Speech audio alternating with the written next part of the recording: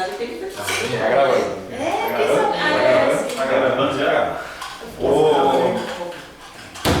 Estudantes da Unimes e os demais interessados aí nos nossos debates sobre o Epicuro, sobre a ética do Epicuro, nós chegamos no 8º tema, né, um tema em que ele fala algo sobre Deus, e para a gente fechar aqui o nosso assunto, nós resolvemos, em lugar de aparecer só o professor Alan ou eu falando com vocês, mas reunir aqui a equipe quase completa, né? Então estão aqui o Alan, a professora Valice, o professor João, a professora Marisa, o professor Ricardo, e nós vamos, aí cada um vai falar algo sobre o que Epicuro quis dizer com essa última parte da ética, ou, como é a proposta nossa, uma reflexão, né, para o nosso tempo, para os nossos dias, a partir disso que ele falou aqui. Então o que eu vou fazer é ler essa última parte, né, desse nosso 8º tema, e depois eu abro aqui para a participação dos nossos camaradas professores. Camarada é quem divide o mesmo espaço e o mesmo ar, né? Então isso é bom. Eu vou ler aqui então a última parte e aí a gente começa a nossa discussão. Diz lá o Epicuro: Deus ou quer impedir os males e não pode, ou pode e não quer, ou não quer nem pode, ou quer e pode. Se quer e não pode, é impotente, o que é impossível em Deus. Se pode e não quer, é invejoso, o que do mesmo modo é contrário a Deus. Se nem quer nem pode, é invejoso e impotente, portanto nem sequer é Deus. Se pode e quer, o que é a única coisa compatível com Deus, de onde provém então a existência dos males? Por que razão é que não os impede? É assim que, com essas duas interrogações, enfim, com essas afirmações, que o Epicuro encerra a sua ética, né? Então há reflexões as mais variadas possíveis aqui. Então, como eu já falei demais desses outros 7 temas, vamos abrir aqui para os demais professores fazerem suas considerações. Então, fique à vontade. Bem, então eu vou começar a falar. Então, é preciso entender que o Deus do qual o Epicuro fala não é um Deus cristão, são os deuses da Grécia. E esses deuses, evidentemente, vivem, segundo ele, felizes. E as pessoas que vivem felizes não vão se preocupar com as coisas humanas. E o que Epicuro, me parece, quer dizer é que todos os problemas que o homem tem só poderão ser resolvidos pelo próprio homem através do conhecimento. Por isso que ele faz uma física, uma teoria do conhecimento e uma ética para poder esclarecer que todos os males que ocorrem aqui, criados pelo próprio homem, o homem é que tem que resolver.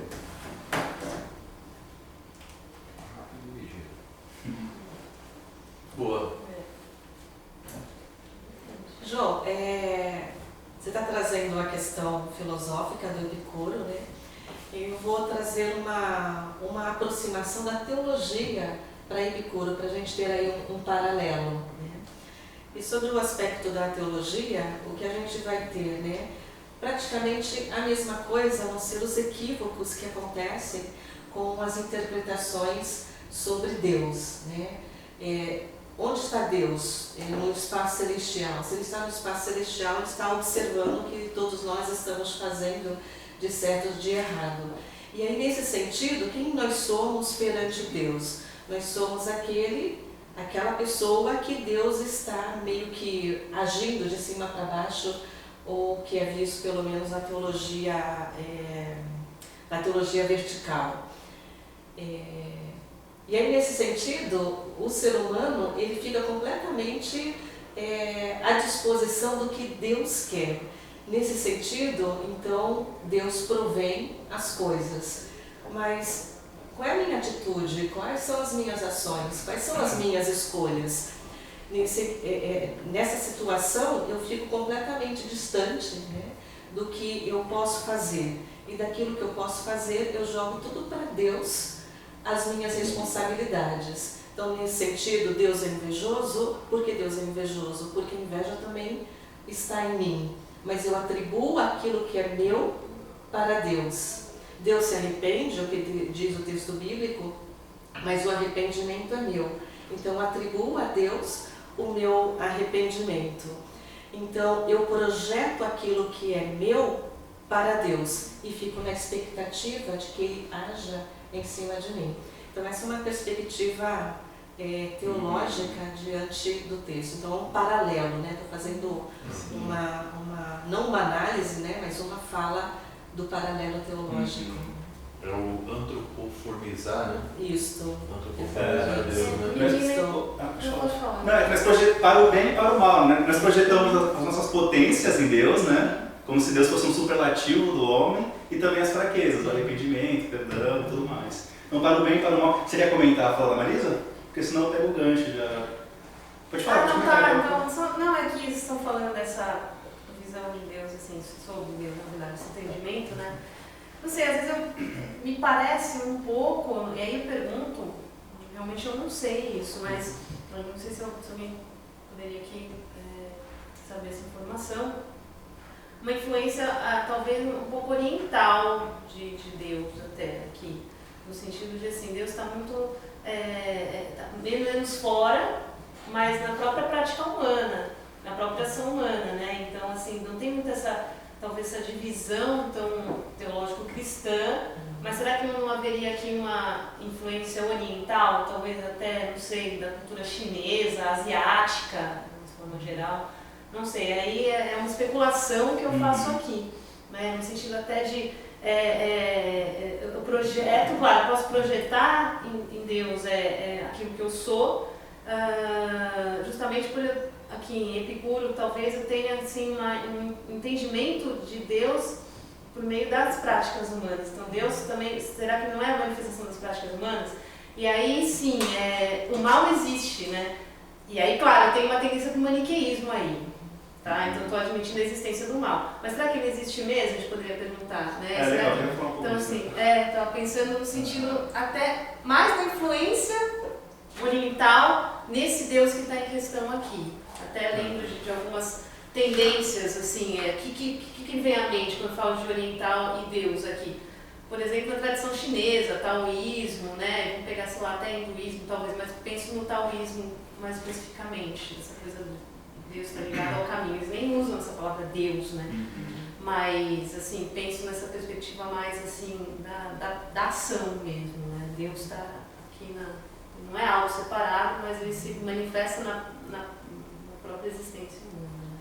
Bom, pegando um pouco o gancho, nesse aforismo que o professor César leu, me parece que o que está em questão é o problema do mal. E por que Deus não soluciona o problema do mal? Ele quer, mas não pode solucionar, ele pode, mas não quer, então ele seria invejoso ou impotente, ou ele pode e quer, mas não faz, ou não pode e não quer, então seria impotente e invejoso.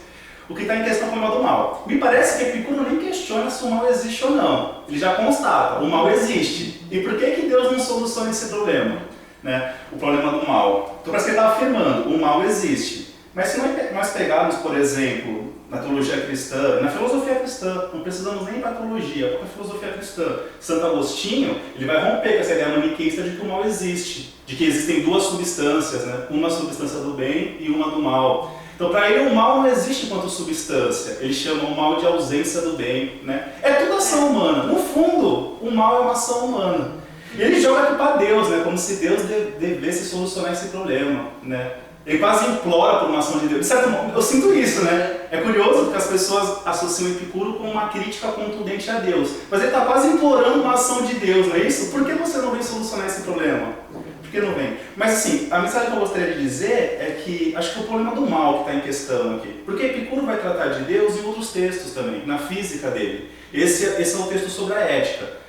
Acho que Epicuro associa a ética com Deus para solucionar esse problema que é humano, esse dilema que é humano, que é a questão do mal. Né? A questão do mal. Acho que era isso, um pouco isso. Assim. Acho que ele traz até as duas experiências, né, sobre a questão da ética, o sujeito empírico e o sujeito ético. Né? O sujeito empírico traz Deus, o sujeito ético ele vai pensar na sua proposta para as suas ações. Né? Então acho que ele tem essas duas questões. Quem é, qual a experiência de Deus e o que eu penso a respeito de Deus? Ou o que eu penso a respeito de mim mesmo. Eu ouvindo isso, mesmo quando estava pensando, né, em alguma coisa em relação a esse parágrafo aí, eu não consegui desassociar de outros pensadores também, né? Que daí também, se for ficar abrindo, vai longe a coisa, né? Mas você tem muito aí acho que para você ler, sim, eu, né, tirando por mim, né, é você meio que aceitar o fato, né? Acho que Epicuro ele é bem assim, é bem factual, né? Você aceita o fato, né? A realidade é essa, a realidade é cruel. Eu estava lembrando o texto do Clemente José, né? Do trágico, né? Você aceitar o trágico, né? Assim, se você aceitar essa realidade trágica, você talvez não espere tanto, né? De uma resposta divina, né? Em vários aspectos, né? Talvez você reveja melhor o seu próprio comportamento, enfim, né? É uma coisa que eu estava pensando aqui. Isso é Nietzsche também, né? Não é afirmar a condição trágica da vida, né? E ter amor. Ele puxa de Nietzsche, né? Ele vai trazer de Nietzsche isso daí, né? Mais ou menos pelo que eu me lembro, assim, né? Então não consegui desassociar. E um negócio engraçado também é que quando estava lendo isso, me veio um filme que eu assisti, assim, de final de semana, que não sei por que me deu vontade de assistir, eu assisti, e me veio muito à mente, que era o Enigma de Caspar Hauser, né? Que você vê que é um cara, você não sabe a origem, onde ele vem, quando ele vai, mas ele é um ser, teoricamente, assim, você vê uma inocência nele, ele é colocado lá no mundo, né? E sofre tanto as benesses como as mazelas, né? Assim, dos humanos ao redor dele, né? Apanha, enfim, né? Não vou fazer spoiler aí, de repente alguém quer assistir, mas me veio muito à mente isso daí, né? Assim, pensar na condição humana, né? na nossa condição, e ver essa imagem do Caspar Hauser, né? Ser destituído, ele era um ser destituído de conhecimento, né? Ele não tinha conhecimento do que estava acontecendo com ele, né? Sim. E existindo ali. Enfim, é mais ou menos o que eu pensei, assim, né? Sempre lembrando e levar em consideração também que a filosofia epicurista é daquelas filosofia do período helenístico, que são os estoicos, os epicureus e os cépticos, e ele está vivendo num mundo conturbado, onde precisa exatamente colocar e explicar tudo o que está acontecendo ao seu redor. Ele talvez não tenha essa influência do oriental, mas ele segue a linha atomista de Demócrito, então é um materialista convicto. Naturalista, né? Dessa... Mas é curioso a palavra Deus no texto, né? Precisa de tradução. Isso, tem que pegar o grego aí para teós, né? Por que não está deuses? Né? Se são os deuses do panteão grego, mas ele parece pedir mesmo para essa visão mesmo que a Marisa trouxe, parece que é uma coisa vertical. Ou ele está supondo isso? Será que se há mesmo a ideia do panteão, mesmo a ideia do panteão, único, mas... existe uma figura central, né? Deus. Mesmo a ideia do panteão. É que, por exemplo, se você for querer discutir, né, esse parágrafo, né, de Epicuro, essa ideia de Deus ele, com a nossa realidade, a nossa cultura, né, monoteísta, enfim, judaico ou não, mas monoteísta, né, acho que seria mais interessante você fazer um paralelo de fato, ou você vai fazer com as religiões, né, vai com outras religiões de cunho africano, né, que você tem, assim, aqui no Brasil, nossa realidade, né, que você tem um panteão, então você consegue imaginar a antropoformização de uma forma, acho que mais, né, pontual, né, eu sou filho de tal, porque enfim, você consegue ver um caráter humano ali na figura, no estereótipo do Deus, né, da divindade, do que com o próprio cristianismo, né? Porque o cristianismo meio que abarca tudo, coloca tudo naquela figura, né, de Deus, e está tudo ali em Deus. Então, não dá muita margem assim, talvez, para você entrar nessa, não sei, professor aí, você talvez me corrija, que manjam mais. Você conseguir entrar na profundidade assim do que Epicuro estava querendo dizer, assim, com a ideia que eles tinham ali, né, do drama que a sociedade grega vivia. Talvez, né, de você, na figura da divindade, você legitimar ou não certo comportamento, entendeu? Não, eu sou assim porque eu tenho influência de, sei lá, sou influenciado por tal divindade X ou Y, né? Acho que tinha muito esse ruído na época também. Coisas que a gente, na nossa cultura ocidental cristã, judaizada, né? A gente não tem tanto, né? Talvez. Mas só um ponto assim, talvez de reflexão, entendeu? Deixa eu dar um pitaco aí. Eu quando eu leio isso aí de Epicuro, eu penso de duas maneiras, e isso tentando trazer a reflexão do nosso tempo. Eu acho que a questão fundamental nessa última parte da ética tem muito pouco a ver com Deus. Ele não está querendo discutir Deus, enfim. Lembrando que o professor João falou, ele não era ateu, ele acreditava nas divindades lá, mas elas estavam lá no canto delas, na vida delas, ele não tinha nada a ver com a nossa espécie. Mas eu leio isso aí, eu penso em duas coisas. Primeiro, assim, quando ele está falando dos males, né, do mundo, e eles persistem, ele não está falando de uma origem do mal, ele tem uma origem do mal, então não tem nada de maniqueísmo aí no que ele está dizendo. Ele está falando assim, é fácil de constatar. A teoria do conhecimento que ele desenvolve é empirista, né? E ele não vai fugir disso. E assim, nesse caso não precisa ser empirista para fazer isso, né? Mas assim, a experiência cotidiana mostra que os males estão aí, estão postos. Exemplifica. Nós fazemos.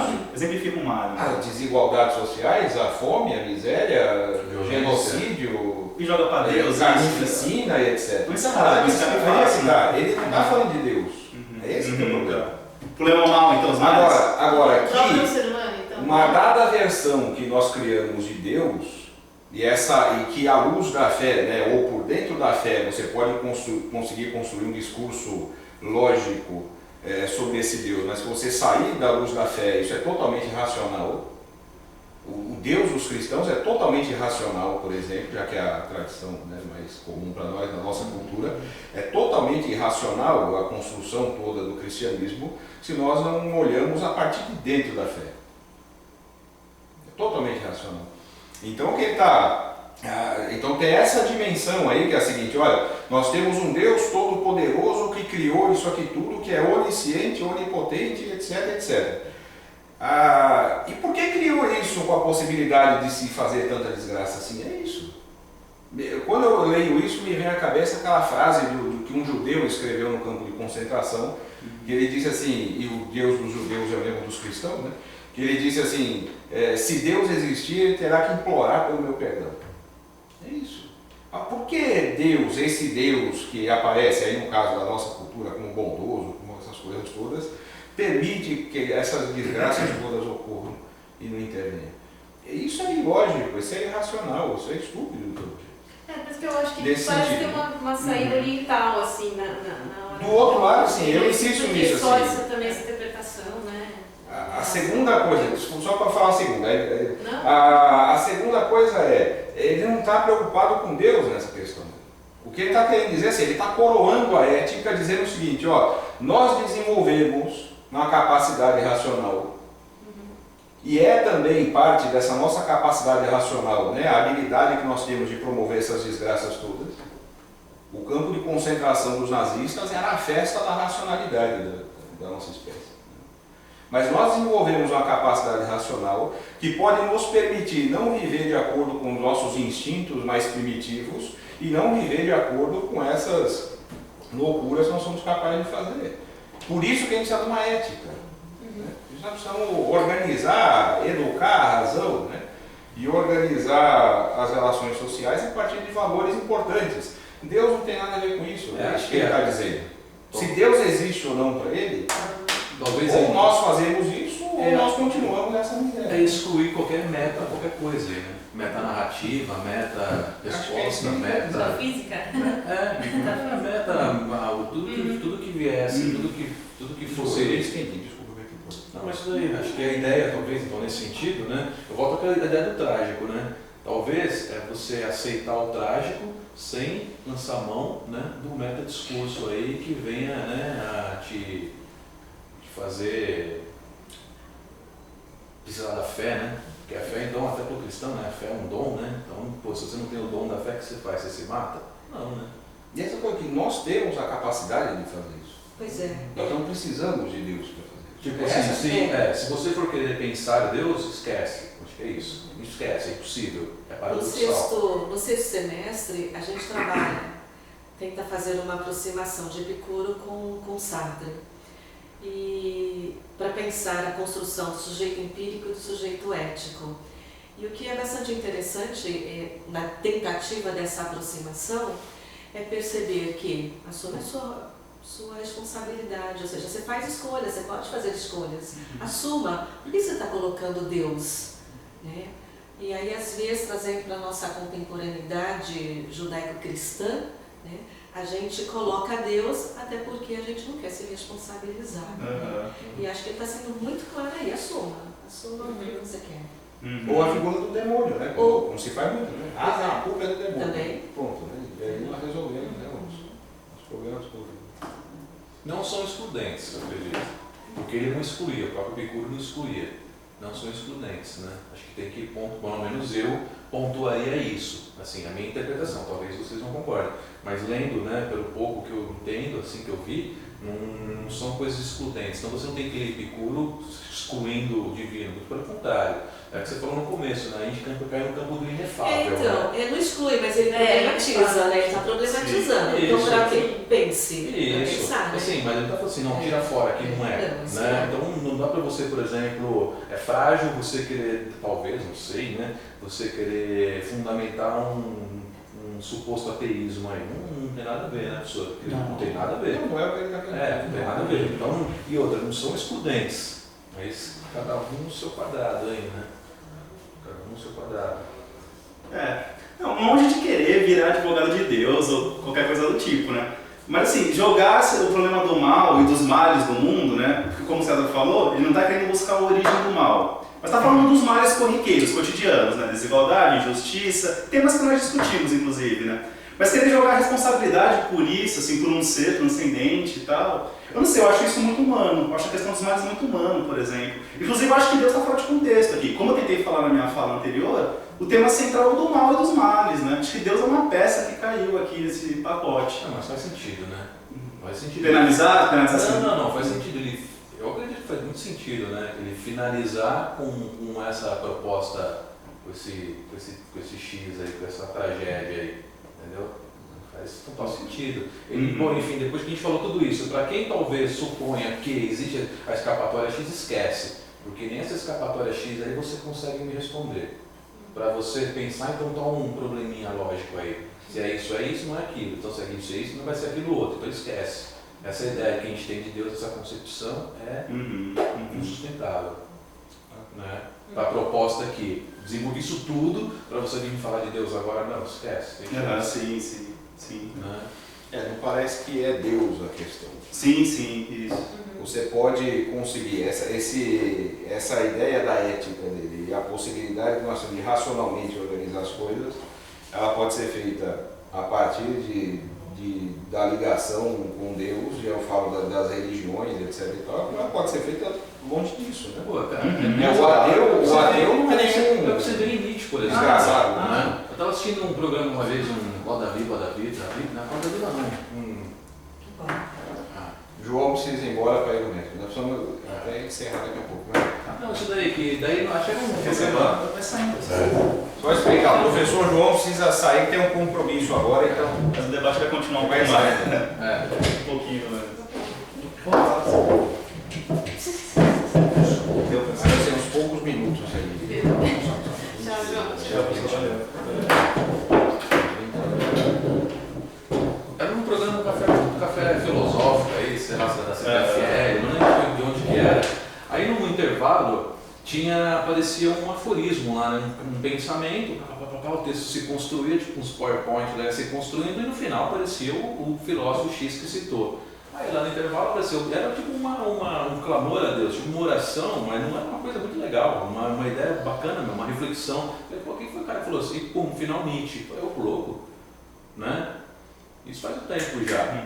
Então nessa época eu já tirei eu já não tinha, hoje eu tenho muito menos, né, essa ideia de que Nietzsche era contra Deus, né, como se tem essa leitura que não cabe aqui pra gente, né, cabe talvez pro senso comum, mas para quem estuda filosofia, esses preconceitos, né, no sentido literal aí, que não cabe. É a mesma coisa aí, tipo, você tem, por exemplo, não é coisa Sartre, já não é Sartre, mas acho que é mais ou menos, você não pode excluir que o cara não acreditava em Deus, o cara é ateu. Peraí, o cara não acredita nesse Deus X. Né? O cara não acredita nesse Deus antropoformizado, né? Todo problemático, egoísta, vingativo, mesquinho, impotente, invejoso. Você pega, né? Você pega, falo com carinho. Se você pega mesmo o Velho Testamento, né? Não manjo muito ele, né?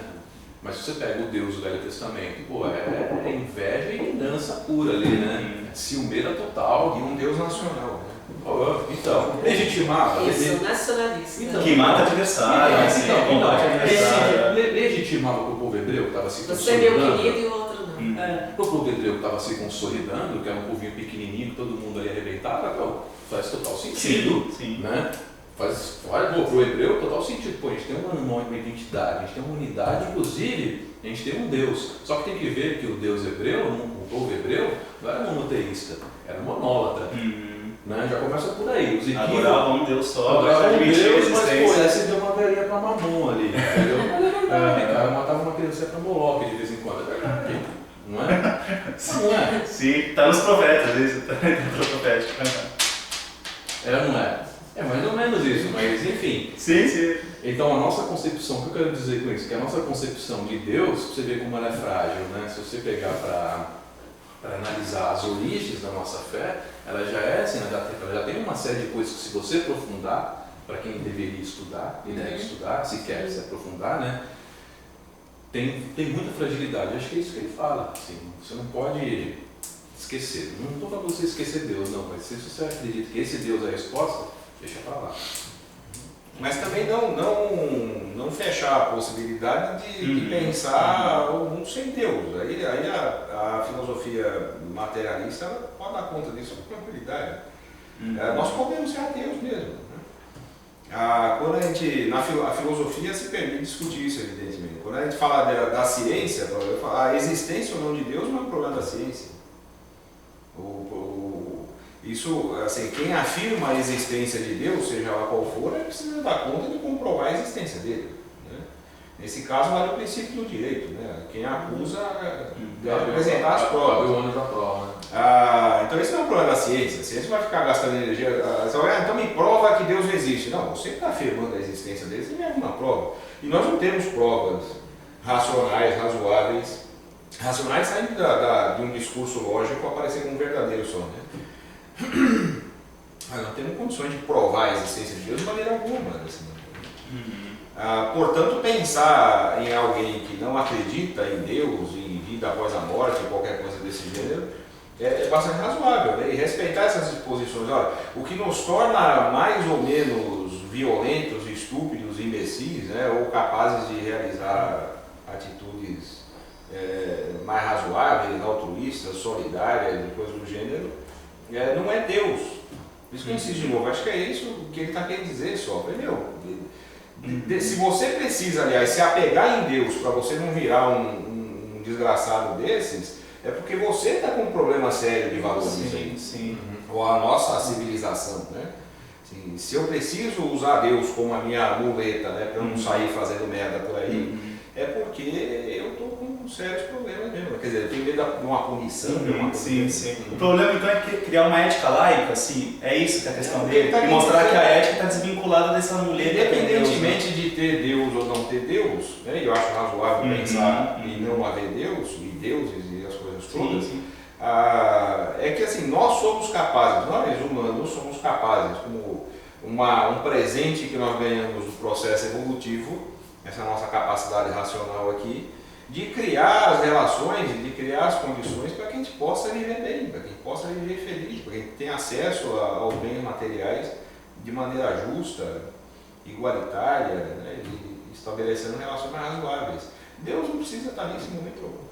É o que o próprio... fugiu agora o nome dele. Sócrates propõe. Eu creio nos deuses. Mas, jovens, venham cá. Né? Vamos pensar. Eu fui acusado de ateu também, né? Pois é. De negação da cidade. Isso. E o próprio Conhece-te a Ti mesmo traz a versão dele do Conhece-te a Ti mesmo. Isso, tem uma versão dele, né? Tem um uso dele, sim. Tem um oráculo lá, né? Isso. E Foucault depois recupera isso para transformar numa proposta ética. Então, cuidado de si, que a origem é o Conhece-te mesmo. E isso pensando se a gente estender essa questão do Deus para as religiões, né? Porque aí Sim, elas eu acho que sim. assim, as grandes religiões elas têm uma história marcada de violência e manchada de sangue inocente até a tampa da cabeça, né? O cristianismo, o islamismo. Por isso que parece muito essa coisa, assim, de repente esse Deus que ele está falando até nem está dialogando tanto, assim, tá, pode estar, mas assim, né, com essa versão, né, qual é a versão de Deus, né, assim. Claro, quando a gente fala Deus, de uma certa forma, a gente está falando de um... Em outro contexto, jamais terminaria o texto dessa forma. Metafísica, literal, mas a gente está muito mais antropológico aqui mesmo, né. Ainda bem que ele teve a liberdade de terminar desse jeito, né, que ele quis, ele gozava dessa liberdade. Imagina se você ter fazer isso na época de final da Idade Média, o exercício que ele tem que fazer para conseguir pegar. Mas parece muito medieval mesmo, gente. Parece medieval, parece um trecho de um autor medieval. Sim, mas eu falo assim. Até no início da Idade Média, não sei. Ele teria que fazer um exercício para conseguir falar isso assim de uma forma mais sutil, né? Tipo, ó pessoal, não é bem isso, mas é isso aqui, ó. Mas vale pegar o grego antigo para saber como é que tá também, né? Mas eu não estou nem discutindo aqui a tradução, muito pelo contrário, que essa edição que a gente pegou, que é a dos Pensadores, que é uma edição antiga, muito boa, né? Mas é interessante de repente comparar mesmo os termos, né? O ruído aí da tradução, né? Assim, apesar que às vezes não tem como sair, né? O grego antigo está tão distante também que não tem como dar saídas. Olha, é isso mesmo, tem como traduzir de outro modo. É isso mesmo, é Deus é mal, é impotente, né? Invejoso é invejoso, é isso mesmo, não tem palavras outras que possam substituir, né? Mas acho que é uma provocação. Provocação. Do Epicuro, né? É uma provocação, acho que vai muito ao encontro do que o César está falando mesmo. Acho que é um pouco isso, assim. Olha, né? Tipo, esqueça, né? Não apele para isso. Não apele para isso.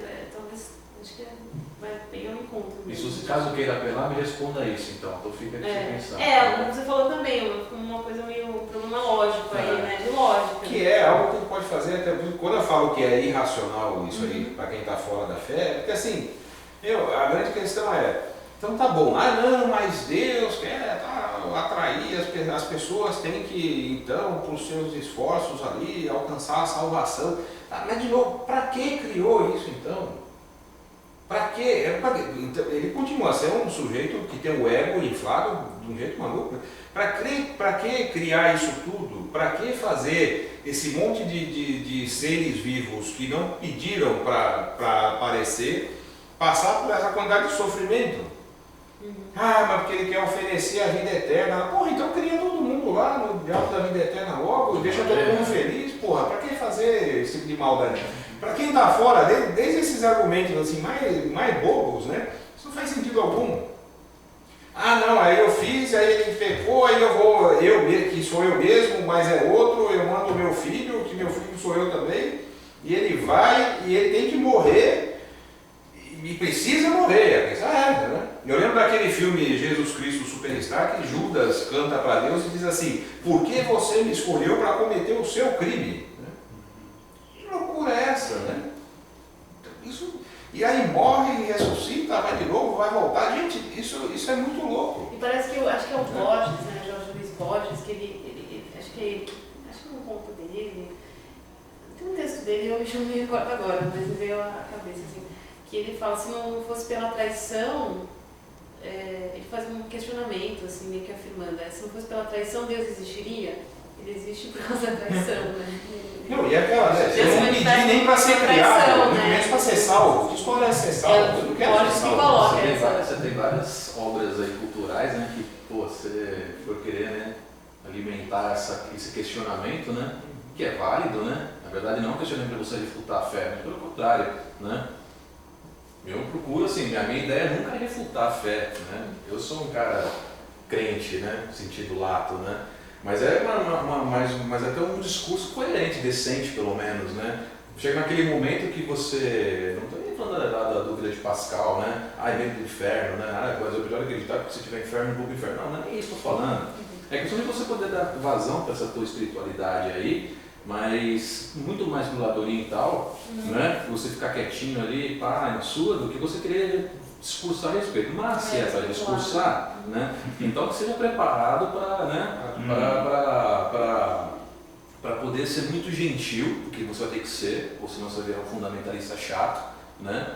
Se você for fundamentalista, fique quieto ou vá conversar com os seus, né? Agora, se você quiser discutir, ainda mais assim, vai, por exemplo, cai uma discussão dessa em sala de aula. Putz, cara, hoje em dia esquece. Com o Google, você vai ser massacrado, né? Em qualquer teoria confessional, todos vão lá destruir com 3 pesquisinhas ali, besta, né? Então, nesse sentido, tem muito filme, muita coisa legal para você poder refinar, né, o teu questionamento mesmo, né? Isso aí. Bom, o nosso tempo, vocês podem ver, tem assunto para discutir uma vida inteira aqui, vai sobrar um tempo ainda, e se por acaso tiverem esse negócio de vida eterna, tem mais tempo conversando depois, né? Mas enfim, né? Mas o tempo nosso aqui da câmera está se esgotando, né? Alguém mais quer dizer alguma coisa? Não, obrigado. Para fechar Uma sugestão aí, de repente, para alguma coisa? Isso a gente precisa, hein? Como esse é o nosso último tema, né? Isso tanto para os estudantes daqui quanto os que estão acompanhando aí os vídeos, enfim. Mandem aí alguma sugestão de texto ou de tema para a gente discutir a partir do semestre que vem, né? Vamos ter as férias aí agora, fim de semestre. Semestre que vem a gente retoma isso aqui. Então, um abraço para vocês aí. E a gente se vê em breve novamente. Obrigada. Até mais. Tchau, tchau. Tchau.